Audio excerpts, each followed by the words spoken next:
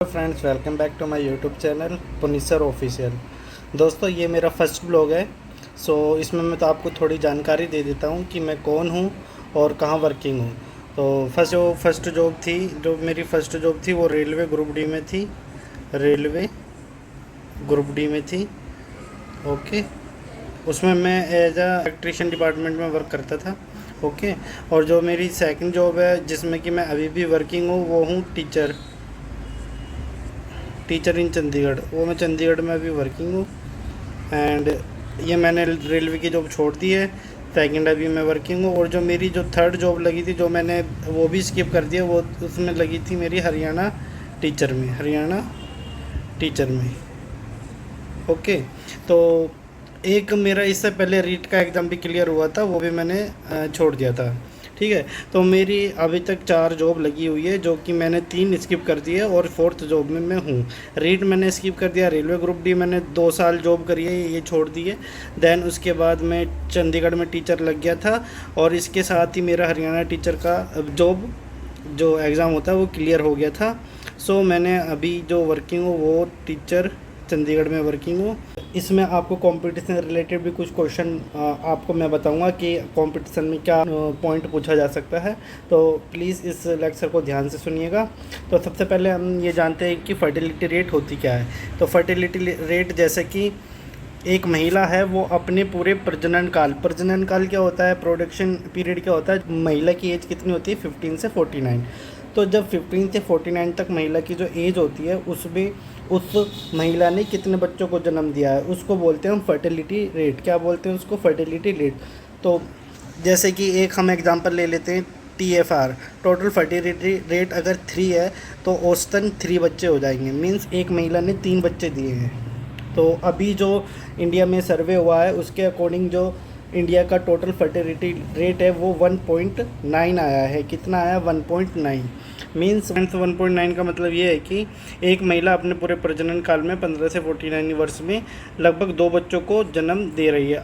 अब के अकॉर्डिंग जो इंडिया में फर्टिलिटी रेट चल रहा है, ये पहले था 5 पॉइंट कुछ था तो 1950 में। तो इसका मतलब था एक महिला पहले अपने पूरे प्रजनन काल में लगभग 6 बच्चों को जन्म दे रही थी। और ये जो TFR 2.1 है, ये जनसंख्या को स्थिर बनाए रखने के लिए। अगर TFR 2.1 रहता है तो जो कंट्री है उसमें क्या होता है कि जनसंख्या नियंत्रण बना रहेगा, ना तो जनसंख्या वृद्धि होगी ना ही जनसंख्या में कमी होती है। और इसी को हम बोलते हैं रिप्लेसमेंट लेवल फर्टिलिटी। जैसा कि मैंने आपको बताया कि भारत में एक महिला औसतन 2 बच्चों को जन्म दे रही है। 2 बच्चों से ज़्यादा कोई बच्चे नहीं कर रहे हैं। ठीक है।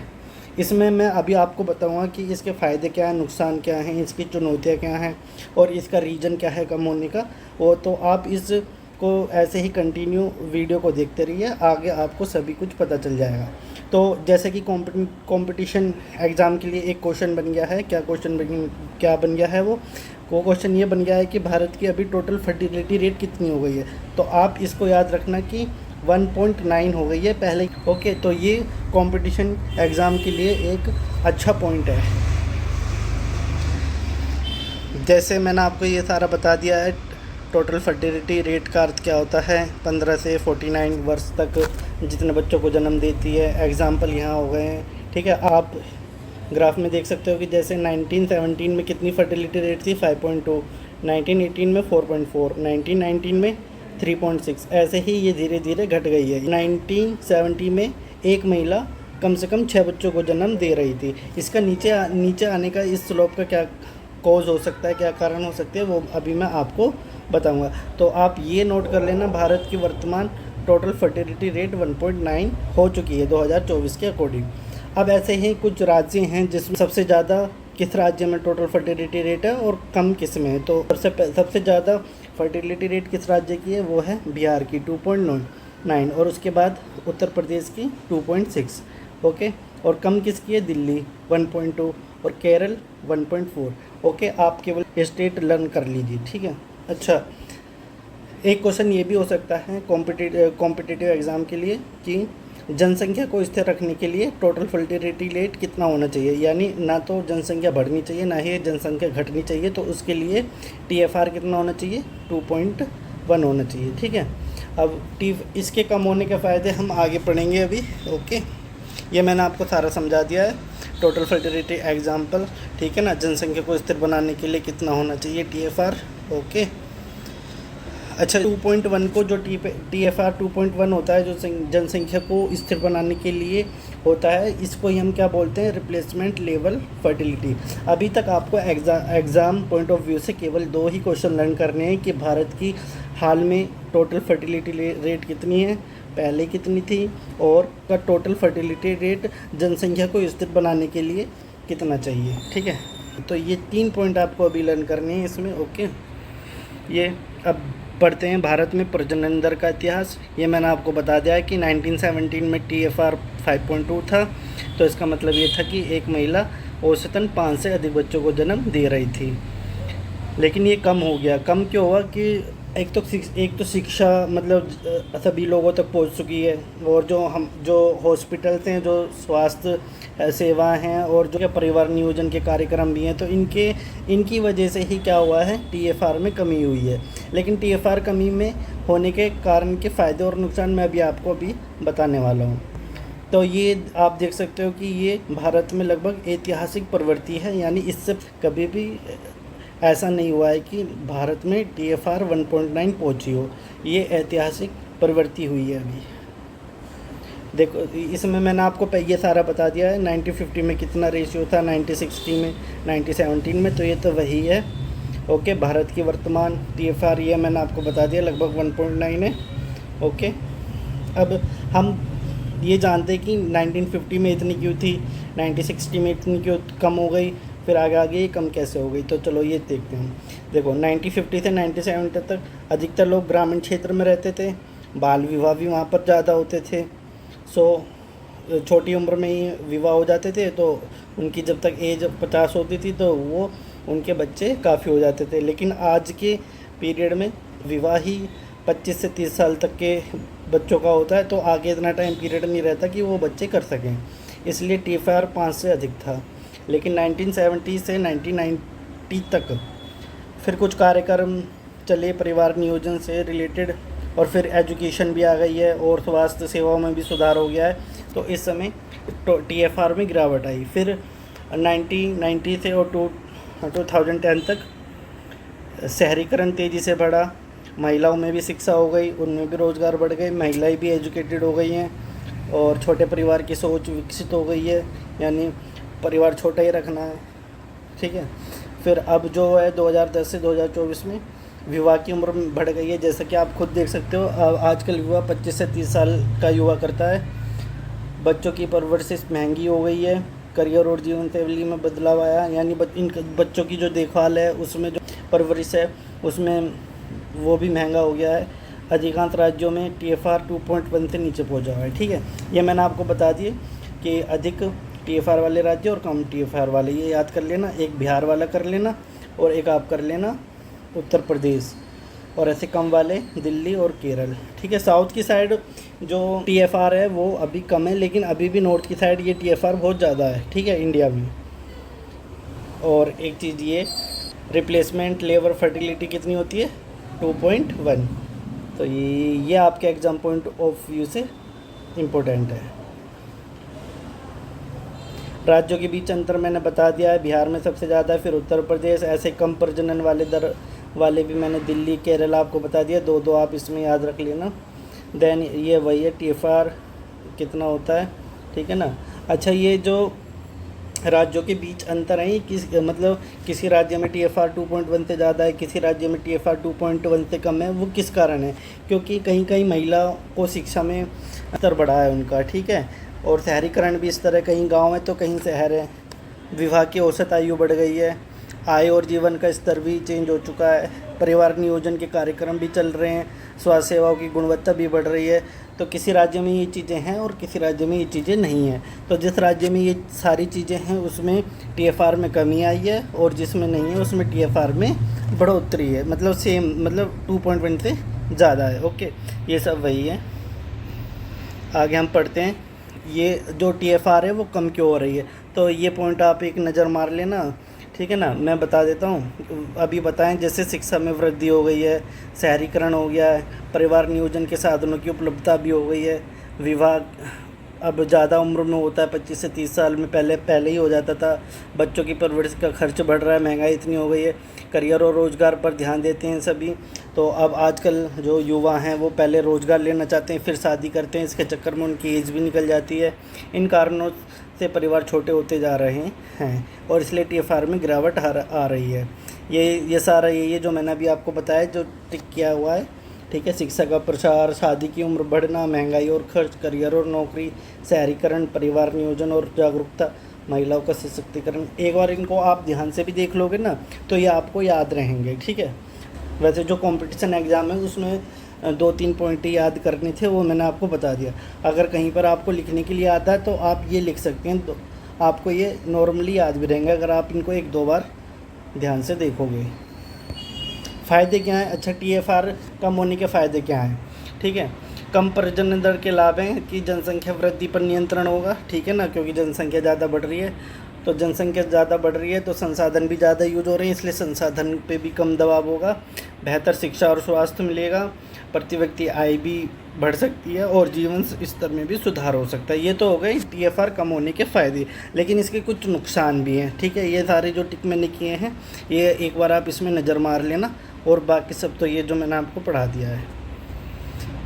चुनौतियाँ क्या हैं? देखो, चुनौतियाँ ये हैं कि यदि प्रजनन दर बहुत लंबे समय तक कम रहती है तो बुजुर्ग आबादी बढ़ेगी। अब जैसे अगर टीएफआर कम रहता है तो युवा तो मतलब बच्चे इतने होंगे नहीं, और जो हमारी जो एज है वो 20-30 साल आके इस एज के जो युवा हैं वो क्या हो जाएंगे?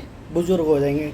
तो क्या होगा कि बुज़ुर्गों की आबादी बढ़ जाएगी और युवाओं की आबादी कम हो जाएगी, ठीक है। तो ये एक चुनौती है। ये जैसा कि काम करने वाले युवाओं की संख्या घट सकती है, श्रमिकों की कमी हो सकती है, पेंशन और स्वास्थ्य सेवाओं पर दबाव बढ़ सकता है। जापान और दक्षिण कोरिया जैसे देश में यही समस्या मिलती है। जापान में आपको पता होगा कि जापान में यही प्रॉब्लम है। वहाँ पे क्या है कि जो बुज़ुर्ग हैं वो तो ज़्यादा हैं और जो युवा हैं वो कम हैं, इसलिए उनका जो श्रमिकों की वहाँ पर कमी रहती है। अब इसमें यह है कि भारत जनसंख्या विस्फोट से निकलकर अब जनसंख्या स्थिरीकरण के दौर में प्रवेश कर रहा है। मैंने जैसा आपको बता दिया, तो टीएफआर कितनी है? 1.9, मतलब इसको बोलते हैं हम रिप्लेसमेंट रेट, इतना होना चाहिए 2.1 होगा तो मतलब ना तो जनसंख्या बढ़ेगी ना ही घटेगी। लेकिन अभी कितनी नोट की गई है? 1.9। तो जैसा कि मेरे थंबनेल में ये लगा था कि आईफोन भी और स्मार्टफोन भी फर्टिलिटी रेट में गिरावट का एक कारण हो सकता है या नहीं। तो इसके लिए हम, चलो आप देख सकते हो, हम ये नहीं कह सकते कि आईफोन टीएफआर में कमी का कारण बना हुआ है।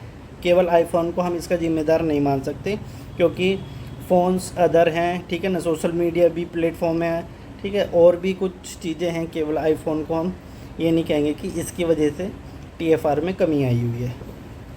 टीएफआर में कमी किस वजह से आई है? मोबाइल की लत। अब ये नहीं है कि ज़रूर वो आईफोन ही हो, दूसरा फ़ोन भी हो सकता है। वो दूसरे फ़ोन में भी आप सोशल मीडिया चलाते हो, ठीक है, सोशल मीडिया चलाओगे तो क्या अपनों से बातें कम करोगे तो रिश्तों में दूरी होती है, ठीक है, और जिसके कारण बच्चे कम पैदा होते हैं। ये जो आईफोन की जो बात की गई थी, ये अमेरिका की एक नई national bureau of economic research study ने पाया था 2007 में। उन्होंने पाया था कि 2007 में आईफोन आने के बाद जिन क्षेत्रों में स्मार्टफ़ोन जल्दी पहुंचे हैं वहां जन्म दर में गिरावट देखी गई है।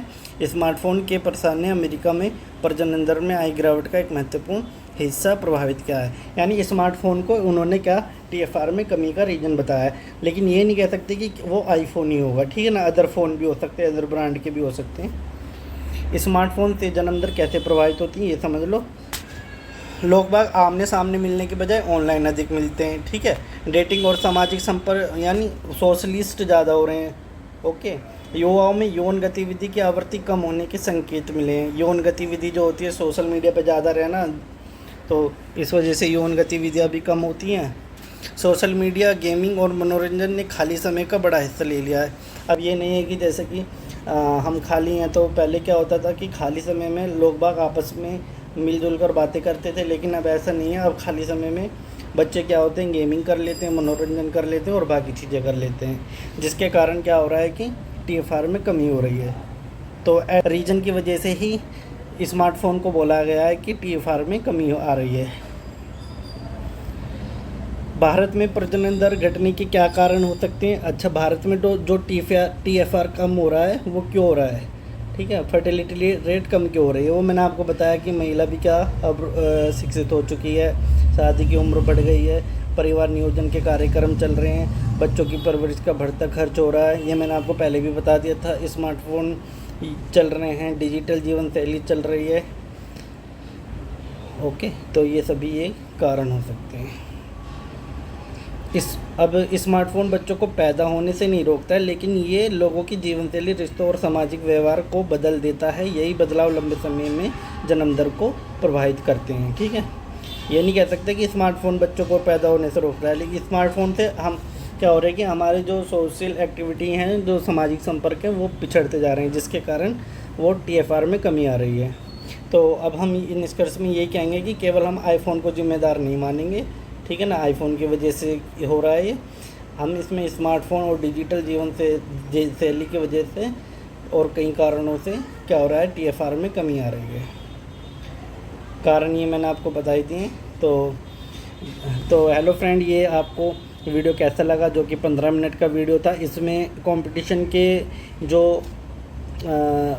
के पॉइंट ऑफ व्यू से जो क्वेश्चन थे वो 2-3 क्वेश्चन ही थे पॉइंट, कि TFR कितना होना चाहिए, अब कितना है, पहले कितना था TFR में कमी होने के क्या कारण हैं, उसके फ़ायदे क्या हैं, उसकी चुनौतियाँ क्या हैं।